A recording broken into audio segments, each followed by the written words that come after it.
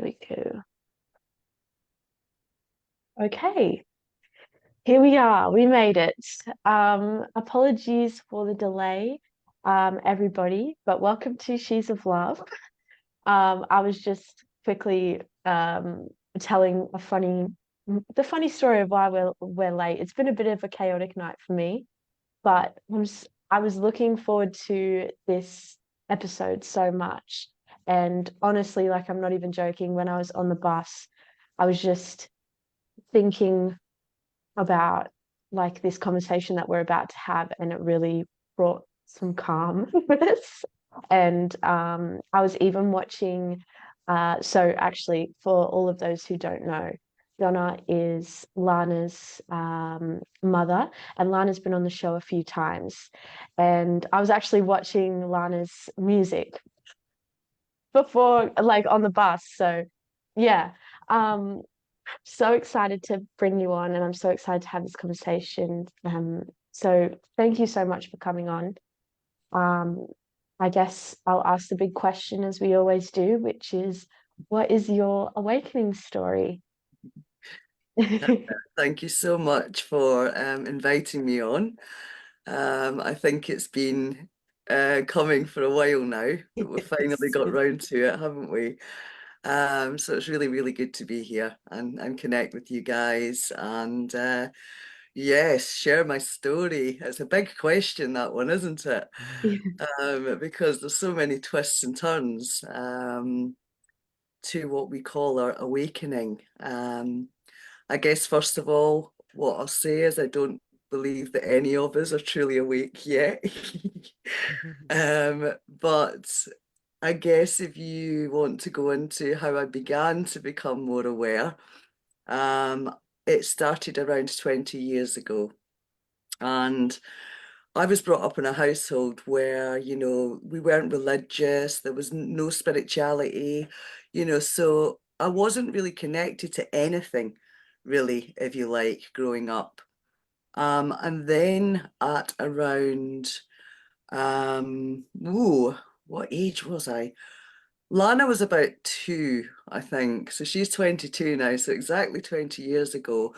My partner at the time, Lana's dad, wanted to do a Reiki attunement course. And he was the type of person that was always procrastinating and stalling and putting things up. So I just kind of bit the bullet and booked us both onto this course, even though I had no interest. I had no idea what I was doing. Um, and something about this attunement, even though I've never practiced Reiki since, if you like, something about this attunement kind of blew me open. And for a few months after that, I was kind of experiencing, let's just say, all these different weird phenomena from kind of communicating with, entities to spontaneously remembering past lives, to automatic writing. That was the most fascinating thing. Like, I didn't even know what I was doing, but I just felt inclined to just put pen to paper. And the stuff that was coming out of me, I was like looking at it and I'm thinking, I don't know what any of this even means. And it's so interesting. I said to someone the other day, I was like, I pulled these books out and I hadn't looked at them, right, for maybe 10 years. And everything, the first page that I wrote is what is happening now, Wow. and this was 20 years ago. So it's like, it was like this magical mystery ride, is the best way I can describe it, where I was opened up to something, but then because I'd never been exposed to anything outside of kind of the norm, a few things happened that began to scare me. And I closed myself back down. And so that was kind of the opening that began a journey of me becoming more interested in things. But it was like a blast open to, oh no, that's too much. I need to just shut this out, to then kind of slowly dipping in to different things. One of the things that I wrote in my channeling, if you like, was that I held a key to unlock the subconscious mind. I had no idea what this meant. However, I ended up getting into hypnotherapy. So a big part of my work has been the subconscious mind. And in fact, I've been a qualified hypnotherapist for 17 years now. And although my work is particularly more recently has taken me in a completely different direction to the kind of the old school way of doing it, what it's done is it's really given me a really amazing foundation to understand the program, understand the matrix, understand, the shadow, the conditioning, the limitations, reality, and so I'm really, really grateful for those experiences and that deep exploration, if you like, into the subconscious and the workings of the subconscious.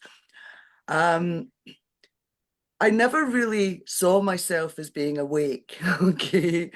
No. However, I did tend to be more aware of things than the people around me. So I was always asking the big questions, like, what's this about? Like, why are we here? And nobody else seemed to be interested. In my past relationship, my ex used to say, "You think too much. Would you give it a rest?" And constantly try to like close down my exploration of, but this just something's not adding up to me. Like I need to figure this out. And then I would say it was around 5 years ago that I had my big like um the beginning of a much, much deeper awakening, Mm. if you like.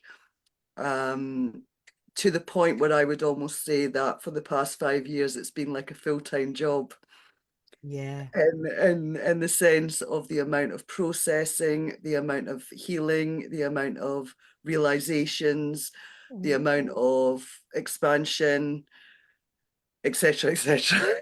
Yeah. you Yeah. know, which kind of leads me to where I'm at now, I guess. So over the last couple of years, my work has taken a completely different turn. I've got more clarity on the reason why I feel that I'm here, at least for now. I don't think we can ever really know. But I have a sense of what I hold that I can share. And I feel quite passionate about that. And I'm still going through it, I'm Yeah. still going through it. It's I've got more stability recently, I feel. Like it's not quite as wild, but yeah, it's just this constant letting go Mm, and realigning and letting go and realigning and letting go. And who mm, knows when, we get to the kind of the point where we can just have that stability to Mm. move forward in what we're here to bring, so to speak. So yeah, so that's kind of it in a nutshell. I have a question for you, Donna. Yeah. So you said that you feel like you've got more stability now. Do Mm, you feel that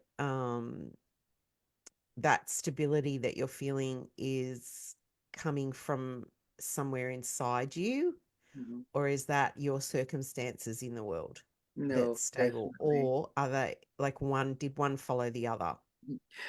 Well, yeah, I mean, I truly, truly feel and believe that one matches the other every time. My reality is Mm, just a reflection of where yeah. I'm at on the inside. My body's generating my reality for me. That's how I feel.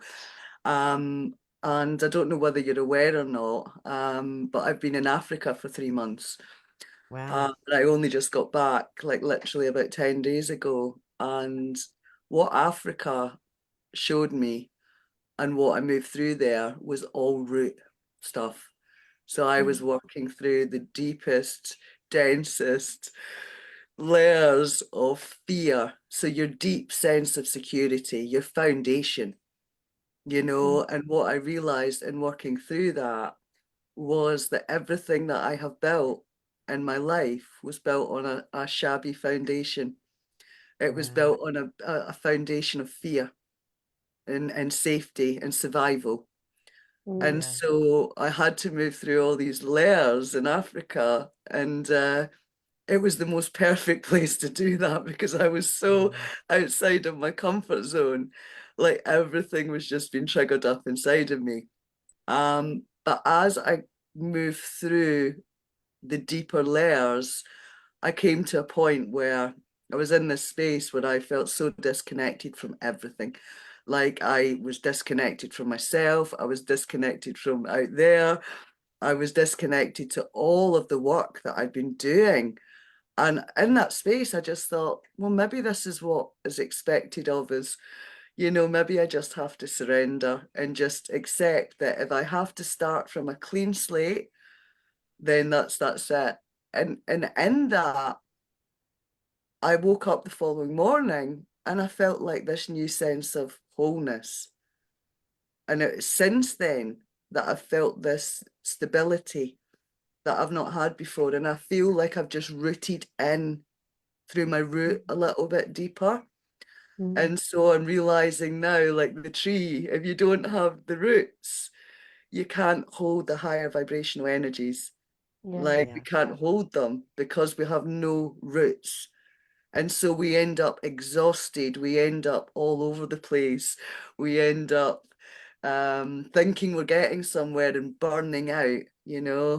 And that's very much been my experience for the last 5 years. So Yeah. again, I don't think I'm there yet. I don't think any of us are there yet, but it definitely felt like that's what I've just moved through, which feels good to have moved through that. Yeah, Oh, that's massive. mm. Yeah, I think also what a magical place to be in to go through that journey. I mean, Africa is high on my list of places to go, and there's just such deep spiritual connection to Earth, like the way that they like the tribal energies there. It's just incredible. And I think, as you say, if you don't have the roots, you can't grow the other way, like as above, so below kind of thing. And yeah, it's forgotten about a lot.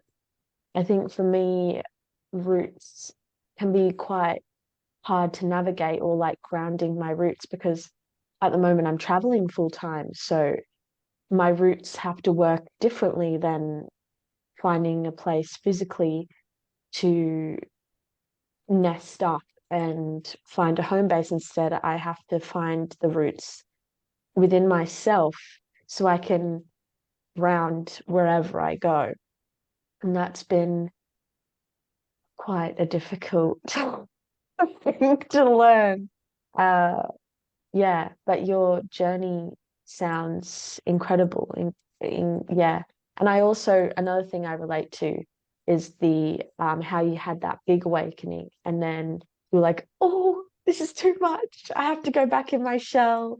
And then it came again when, later on in life. And I think that's what happened to a lot of people, especially when 2020 came around. I think a lot of people already had the seeds planted within them in some way, shape, or form. I know that was definitely with our family because we all woke up in 2020, or like I guess had our first awakening in 2020. Um, and I know for all of us, it was like a lot of planting of seeds that aligned in order to have that big awakening and be ready for it. Because If I you think it can was be, really, yeah, if you as can you be can ready. be, yeah. Yeah. Yeah, because it was quite traumatizing. Like I look back and I'm like, wow, we really went through that. I I remember I was literally willing to give up. I put it all on the table. I was willing to give up traveling, my dreams, because it just didn't feel right to follow this narrative that was happening. And then I was like, look, this is what feels right, and I'm willing to give up these things if it means that I, or I'll just find another way. I'll either not do it or I'll find another way to do it. but yeah, it was really traumatizing. So I really commend you um, for the journey that, you know, committing to the journey.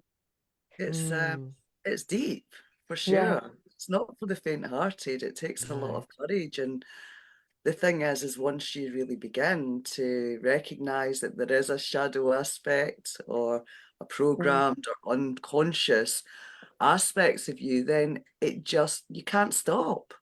Once you start, there's no stop button. You Yeah. can't go back. There's nowhere to go back to. Yeah. Yeah. And so there's Yeah. That sometimes was you just get that fed up. that But Donald, what you're talking about there, the not going back, that was I grappled with that for I think probably about 2 years. That I felt like, have you watched The Matrix, Yeah, the I know movie? what you're gonna say. So there's a scene where Cypher is having dinner with um what's the guy's name? Agent, Amy, Agent Smith. yeah, Smith, yeah. Yeah. They're having dinner together and he's eating that steak and he says, I know the steak's not real, but God, it tastes good. That was me. Mm, That I watched that movie in 1999. I remember when it came out and I watched it in at the movie theater. And I was all about Neo and I was like had no idea what the movie was about. I didn't understand it. I just thought it was a great film. It became my favorite film for a while. And I was like, this movie is amazing. And I didn't understand why I loved it so much. But I was all about Neo. And I was like, oh, if I was Neo, I would do this and I would do that. And then 2020 comes along and I spent 2 years as Cypher. I was like all the way. And I yeah, was like in grief and I was like, this is shit. And I hate this. And, who would want this in their life? And I just want to go back to the way things were. And, I loved my life before all of this crap. And I really grieved it. And I was really angry for a long time. And I think if I had an Agent Smith come to me and say, I can put you back in the Matrix, I think I would have done it. And it's so funny. It's actually really funny and like not funny, haha, funny, weird how how we react to things. And that mm, when you are in the situation, you have like you think you're going to be a certain way. And then in the situation, it's not the way you thought it was going to be. absolutely. And I slowly but surely realized there's no going back. It was a one-way road and there was like no turning around. And I Yeah, just had to accept it. I just had to get over it and I had to accept it and I had to find a way through and find a new life, a new way of thinking and um, you know, having children too. Like I feel now, looking back, very grateful that we all did it together. Juliet, her dad, and I, we all did it together.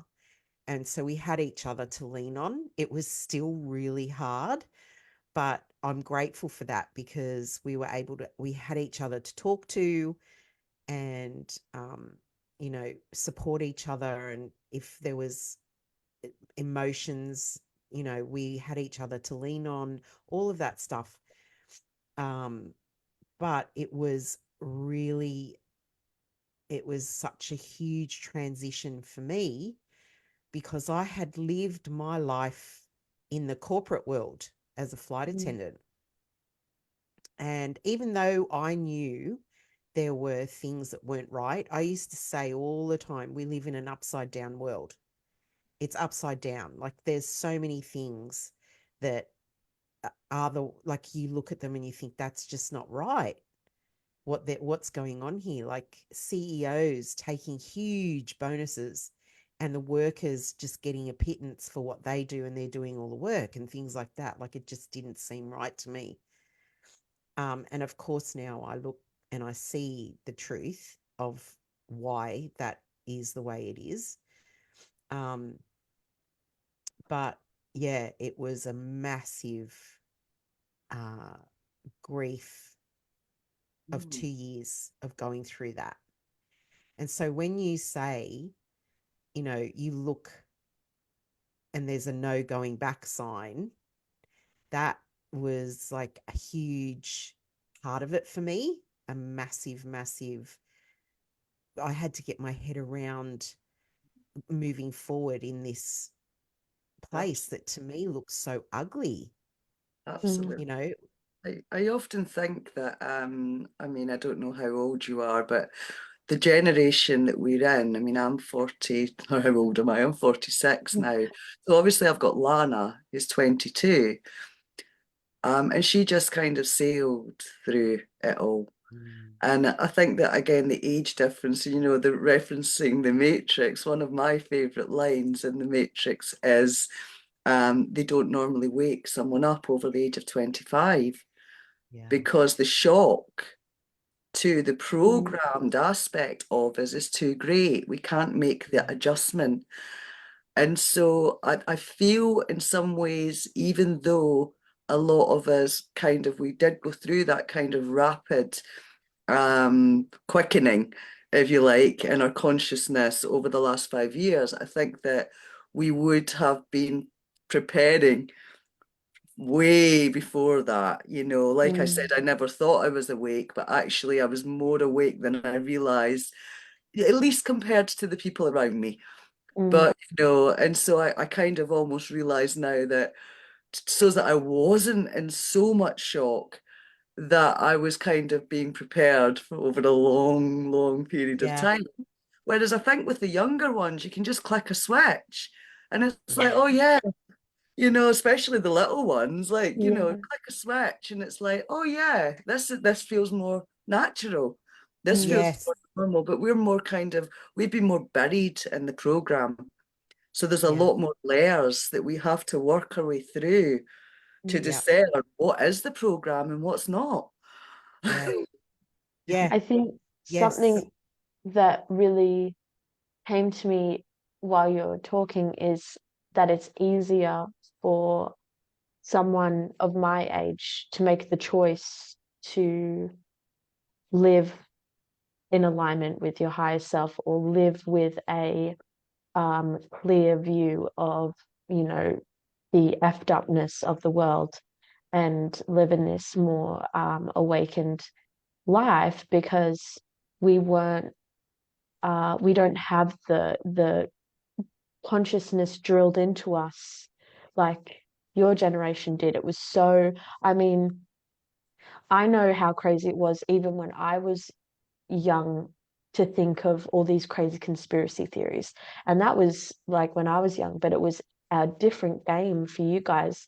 Any questioning the narrative, any crazy theories, and you were like laughed at completely. There was no question, no debate. It was a different world. And I Yeah. think for someone like me, it's easier to make the choice because we don't have, like, I didn't have as long of a time being gaslit, pretty much. Yeah. Absolutely. I mean, even from a natural programming, scientific kind of level, the program's only created in the first 7 years. And then throughout the teenage years, it's still not completely set. So, Mm. we go from a theta as a child, theta brainwave, to an alpha brainwave. You're still much more open. And then at some point, when you reach kind of adulthood, it's different for everyone, it becomes more fixed. And it's much harder to change. And the older you get, the harder it becomes. And so you kind of have a natural advantage of just being a Mm. little bit more flexible still. You've not completely made up your mind yet about reality and about the world, and therefore it's a little bit easier to go, yeah, this makes more sense. But the pain that you have to Yeah. go through when you're buried in it, Yeah. it's too much for some people. Yeah. You Yeah. And know, fear is so much stronger as an adult. Like, I remember as a kid, I would talk to adults and they would say, because at the time I was running a charity. And so I had a lot of adults say, "Oh my God, I wish I was like you when I was your age," or I wish I did the things that you're doing now, like, but, or like, I have this dream like you do, but I'm trying to figure out how to do it. Like, I would just have all these conversations with adults because this charity that I was doing was all for, um, I guess, like cure. It was like a big goal to cure a disease, but or like to fund research to cure a disease. And so I remember all these adults like telling me all how they want to do their dreams and they have this vision, this goal, but they just can't do it. And I was so confused. I was like, as a kid, I was just like, why are you t talking to me about it and not like doing it? Like I just never understood. Um, and the way that they talked about, life and, oh, enjoy childhood while you have it, and this kind of narrative. Never got it. I never understood it, but now I understand it a lot better. I still don't understand it to the point where telling a child to enjoy childhood, adulthood sucks, but I understand the fear a lot more. There's like, it's not explained. It is kind of like this switch, as you said. And it's just like, oh, life's really terrifying now all of a sudden. And I never had it. I still don't have it to the extent that I know other people have it.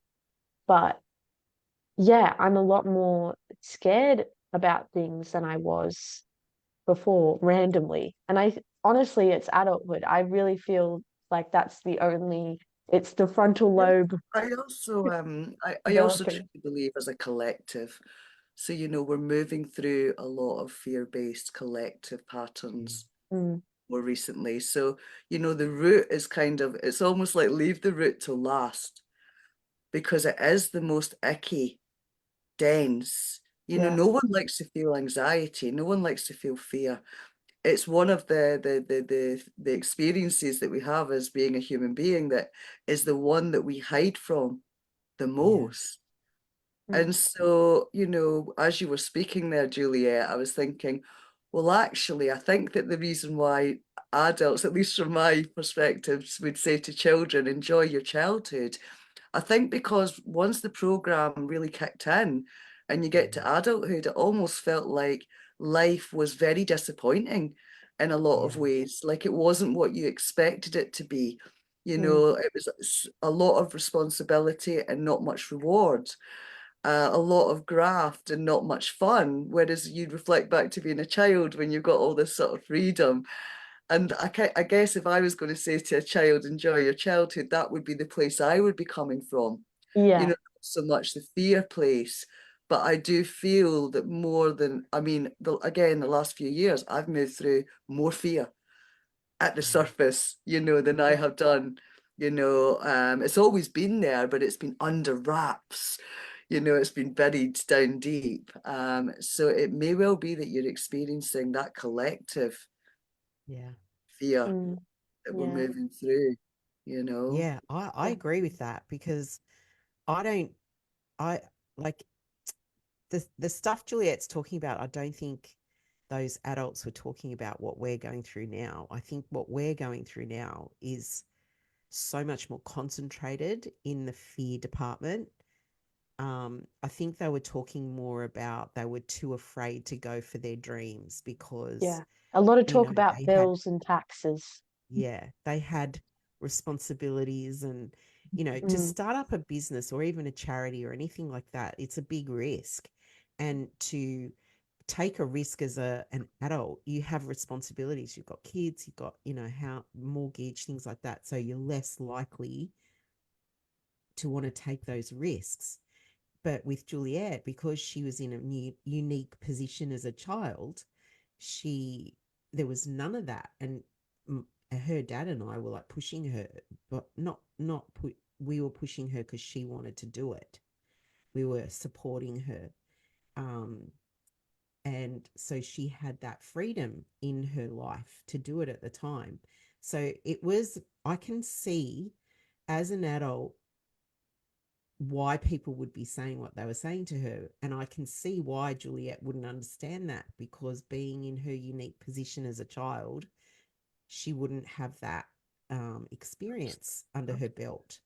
And now you're you have responsibilities, Juliet. And not only that, you have the collective fear to deal with as well. So you're growing up in a very unique time where Mm, you are dealing with your own stuff and the collective as well, because it's very real. The collective fear that's going on now in the world is very real. And mm, you are learning how to navigate the space in between, because you have knowledge, the space in between the collective fear, because a lot of that collective fear comes from not knowing the truth, and it's a layer of lies on top, that can, like, the what ifs, and oh, I can't do that because I'll get, the hammer brought down on me and things like that. And your own feelings, like you have your own personal feelings and your own personal experiences, so you are navigating that space in between. And I mean, I must say, I think you're doing it beautifully. I think you're doing a really good job of it. But as your mum and an older person, I see that, because growing up in the 80s and 90s, and because I was born in the 70s, but I don't really remember the 70s very much. I remember more the 80s and 90s. I see there was none of that collective fear that we have now. There wasn't that program running in mm, society. There was still responsibility. There was still, you know, mortgages. There was still things that people wanted and were responsible for, that would stop them from doing certain things. But there was still a sense of freedom in the psyche of people. There was still this sense of, particularly in the 80s for women, there was this kind of like revolution of power. And it was like, I'm powerful as a woman. I can do what I want. I can, have it all. I can, have the shoulder pads and still, have choices and do what I want to do, and still have a family if that's what I want. So for me growing up, there was still this optimism in life.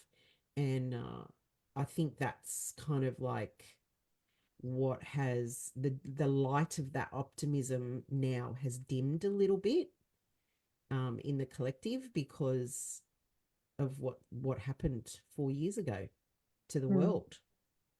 Yeah. Yeah. I also think that, I mean, the word apocalypse, it's the unveiling. Yeah. And so as the consciousness is shining a light on Yes. all of the darkness, on all of the dark corners within us. And of That's course, that's exactly right. reflected out. And so Yeah. it's not that in the 80s the fear wasn't there, it's that no light was being shone into those dark corners. Yeah, So we were right. kind of riding above it, Yeah, but right. it was still running its programming underneath the surface, but out of our awareness. Whereas now, Yes. as we become more and more aware, we're Yeah. seeing it everywhere. Everything that's been hidden is being exposed, Yeah, I on love the that inside description. and on the Yeah. outside, and it's like, it's just such a crazy time to be Yeah. alive. Sometimes I feel like I'm in a mental asylum. I'm like, what is this life? You know? yeah. Yeah. There are so many times where I'm like, yep, we're in a simulation. No questions asked. I think, though, when it comes to this journey that we're all on together, one thing that I really believe is about your choice on how to look at your life and how to look at this situation. And that dictates everything. I mean, I watched a little video today. It was just like popped up on my Instagram, and it was this guy. saying, yes, everything can be explained by science, but everything can also be explained by magic. And I don't know much about either, so I'm going to choose magic because it's way more fun. And everything is dictated by how I look at life. So, F you, I can do whatever I want. I'm going to believe in magic. And that's how I see life too. I mean, don't get me wrong, I also love science and I think there's a place for them both. But, one example is, today on the getting home from work, God, what a nightmare. And like, the bus didn't show up. It was such a risk. I had two options, either risk getting a bus I'd never gotten before and get home like right on time, or get a bus route that I do know and get home like 10 minutes late. And I was like, I'm going for the new option. And then the bus didn't show up. So then I had to get a scooter.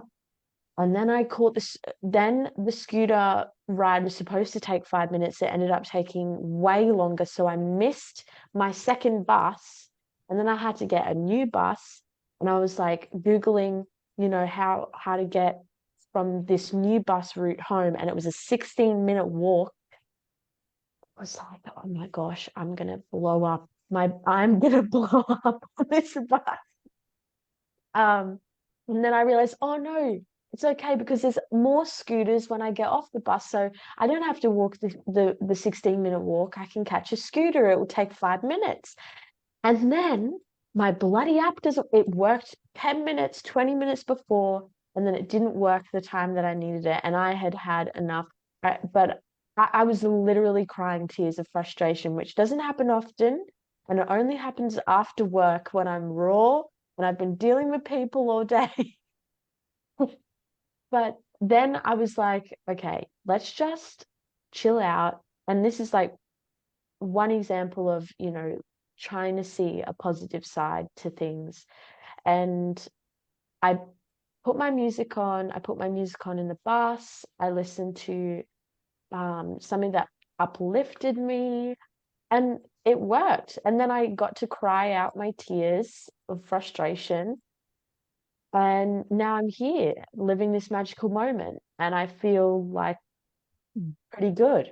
And I think a lot of the time before I had my spiritual insights and learning and awakenings, I would have, you know, the way I would have reacted to a situation like that is just complete victimhood, complete anger, like, screw you, universe. I'm trying to do so, like, I just want to get home. Like, what are you doing? Why are you doing this to me?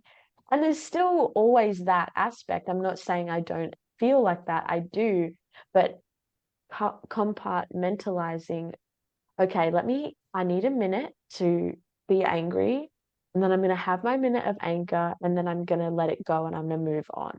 And I think that's what this journey is for everyone, is learning how to be human and manage their emotions, because so many people can't. I think a lot of awakening is honestly just understanding your feelings, which takes a long, long time. And there's always going to be something that brings up a new emotion that you've never felt before, or a traumatic trigger that you've never noticed. And or you create a new trauma that you now have to deal with. So yeah, it's a never-ending journey. I do agree. I mean, I obviously we're human beings, we're emotional beings, aren't we? And I feel that it's really healthy for us to feel our emotions because it's something that a lot of us have not allowed ourselves to do. Therefore, we have a backlog. That's the way I see it. We've got a backlog of emotions that are stored all over the body that, this is what we'll be moving through, isn't it? A lot of it is releasing all of these blocks that we have everywhere. And like you say, it's good to have the insight or the higher awareness simply because you don't need to get stuck in it.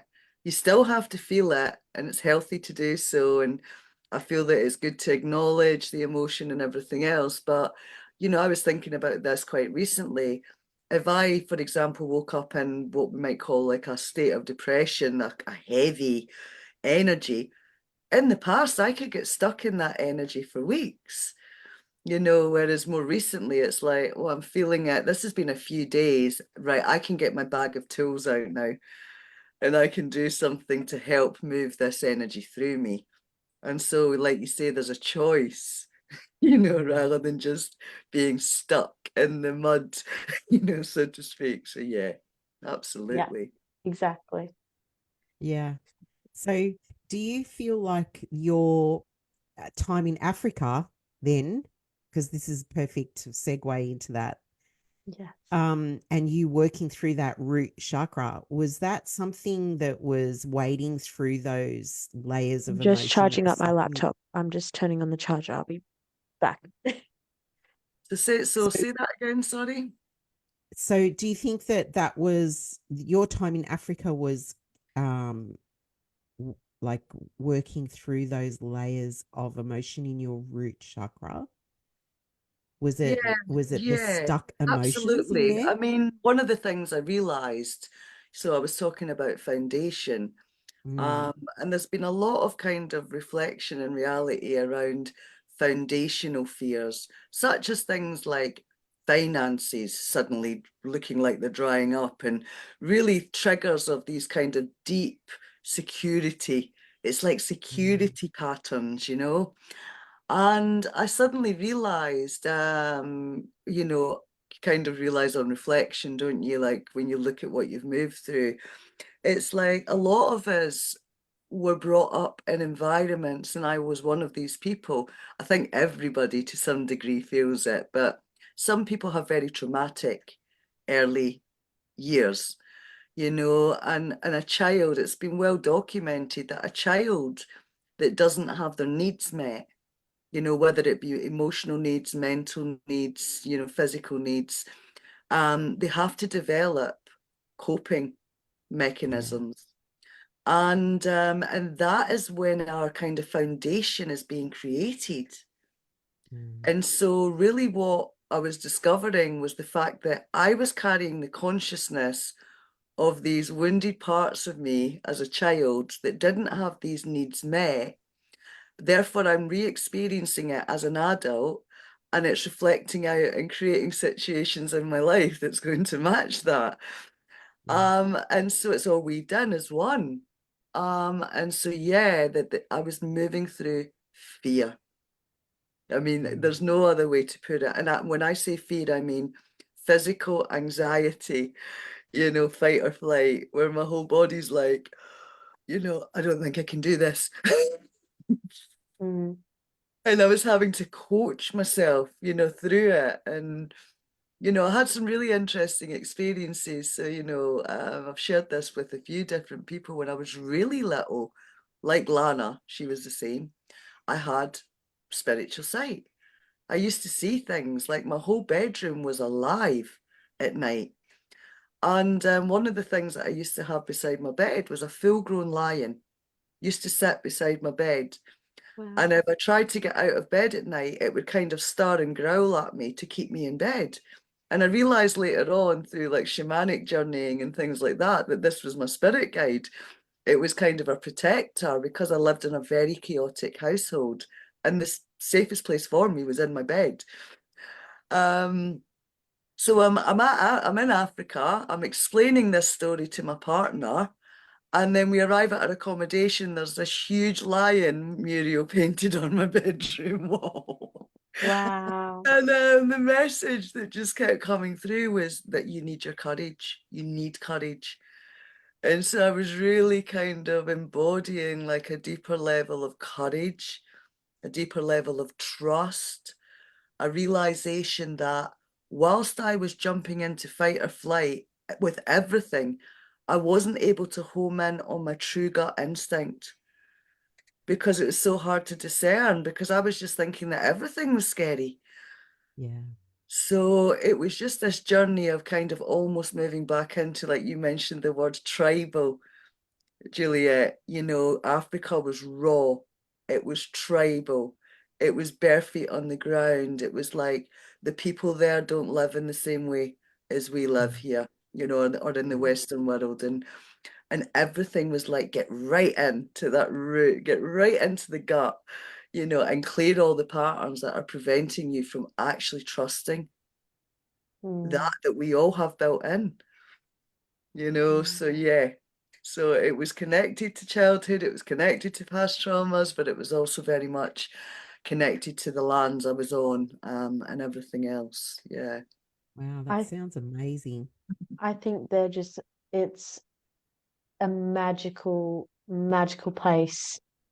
There's like tribes there that can run for miles and miles and miles and miles and not stop, like just for hunting. Like they'll run like superhuman speed. Like if they were put in the Olympics, no doubt about it, they would win. But they don't like that's not where they're meant to be. They're just meant to be, you know, and on the land living life. Like yeah, it's just unreal. Some of the places on Earth is just crazy, but Africa is like Mm. really, uh, Absolutely. yeah, just the vibes, just the vibes from it. From even all the way over here in the UK, just thinking about the beautiful country that it is, continent. Sorry, not country. Yeah. And the crazy thing about it is that it's probably one of the actual safest places in reality that I've ever been. It's safer than Wow. here. So because I was so outside my comfort zone, and all of my senses and anxieties were all at the surface, I was projecting out that I wasn't safe. But as these things began to dissipate and I began to become more grounded and more calm, I'm looking around and I'm like, wow. And don't get me wrong, they deal with things like crime in a different way. And I won't go Mm. into that too much. But so in other words, they take the law into their own hands a lot more. But Mm. it's always for the good of the community. It's Mm. actually to keep things safe and to keep their communities safe and keep criminals out and so I was just thinking, wow, actually there is nothing for me to be afraid of. Like, for example, walking down the street there. That's where I got to, in the end. Not at the beginning, but in the end, which was Yeah. really interesting. I there's some countries in Africa where their funerals, they all dress up in white and they dance, and it's actually a celebration. It's not, you know, this sad thing. They have their sad, I think they have a separate ceremony that's sad, but then the actual funeral and the farewell is literally a giant party. And I think that's in some other places around the world, but I watched a little documentary on it, and they just seem like the happiest people. It's yeah, it's like wonderful.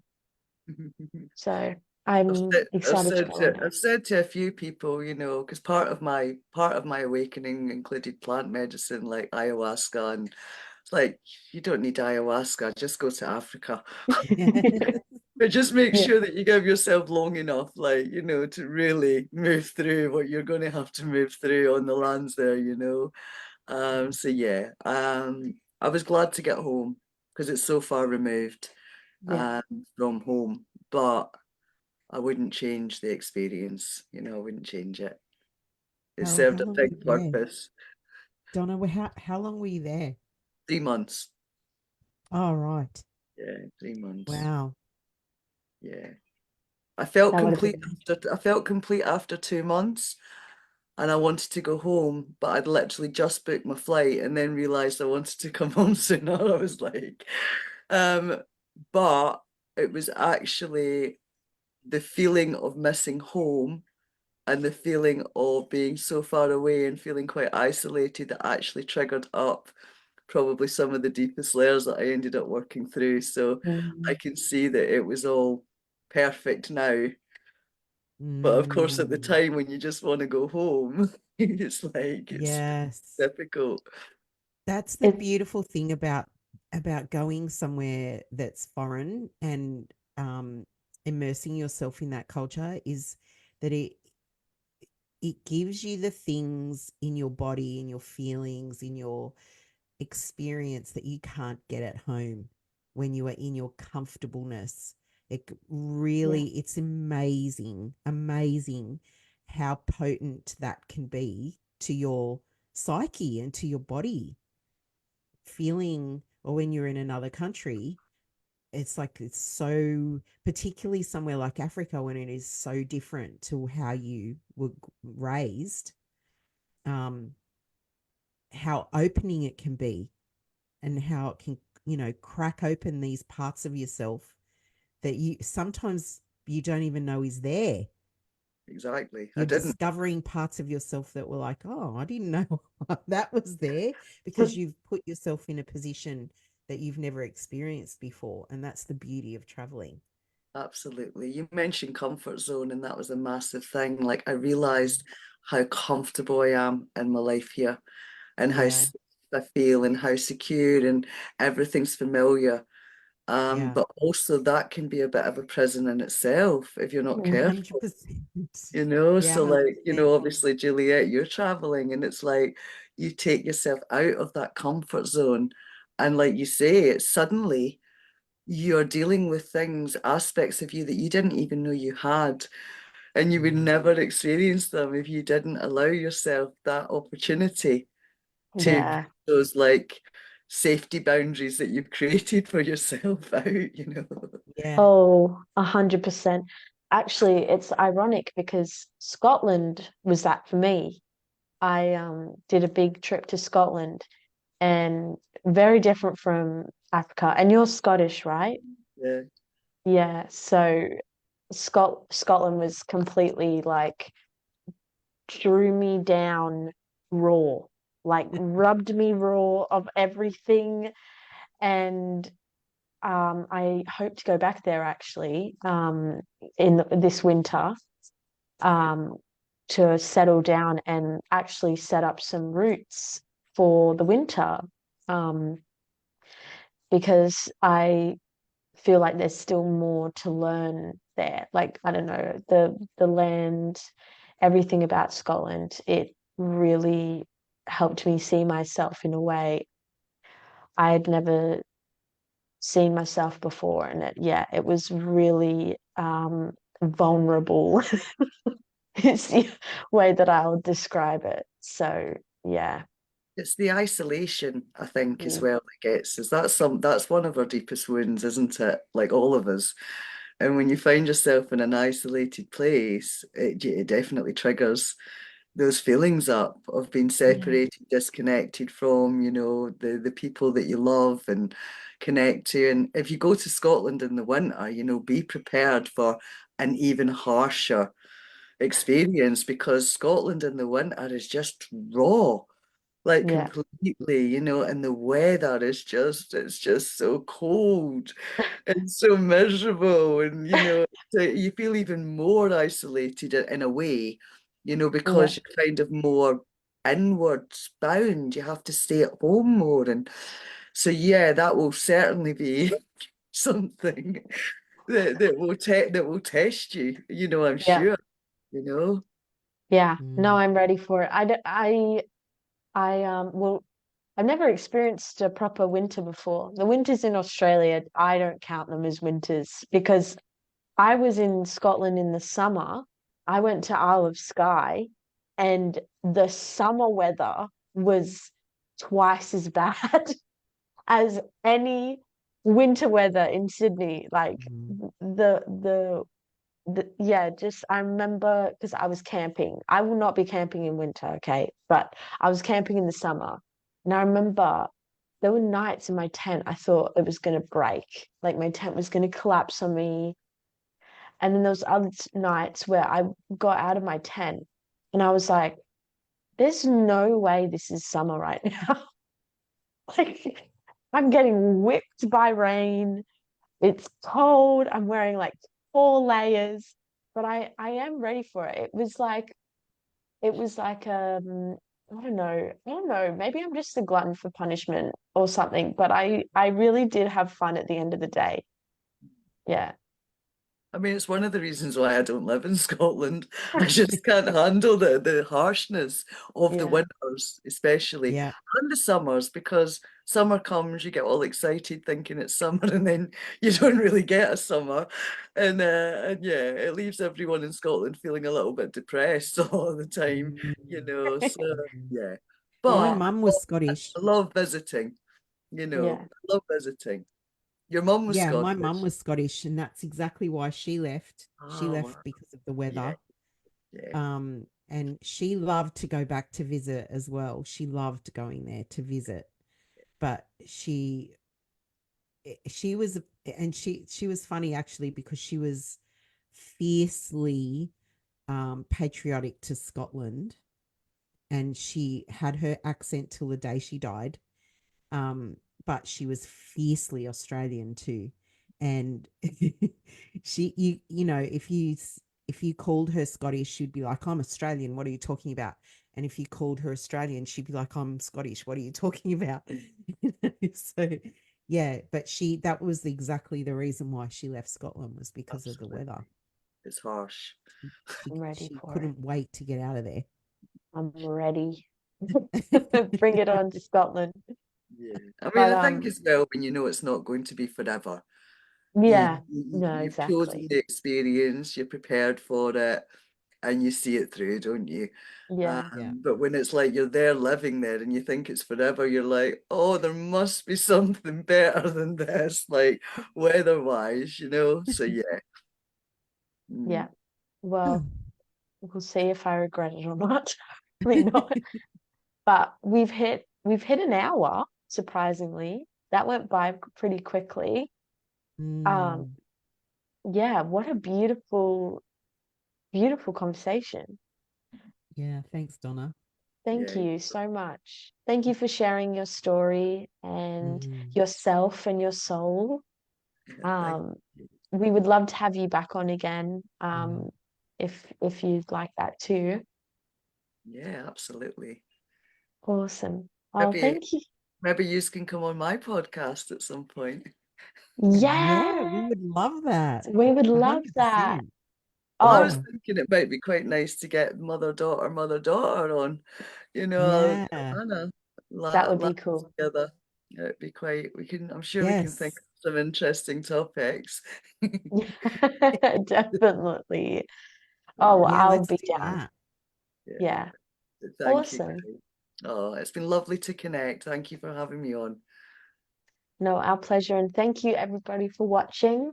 And we Mm, will see you next week. mm. Bye. Bye bye, guys. Bye.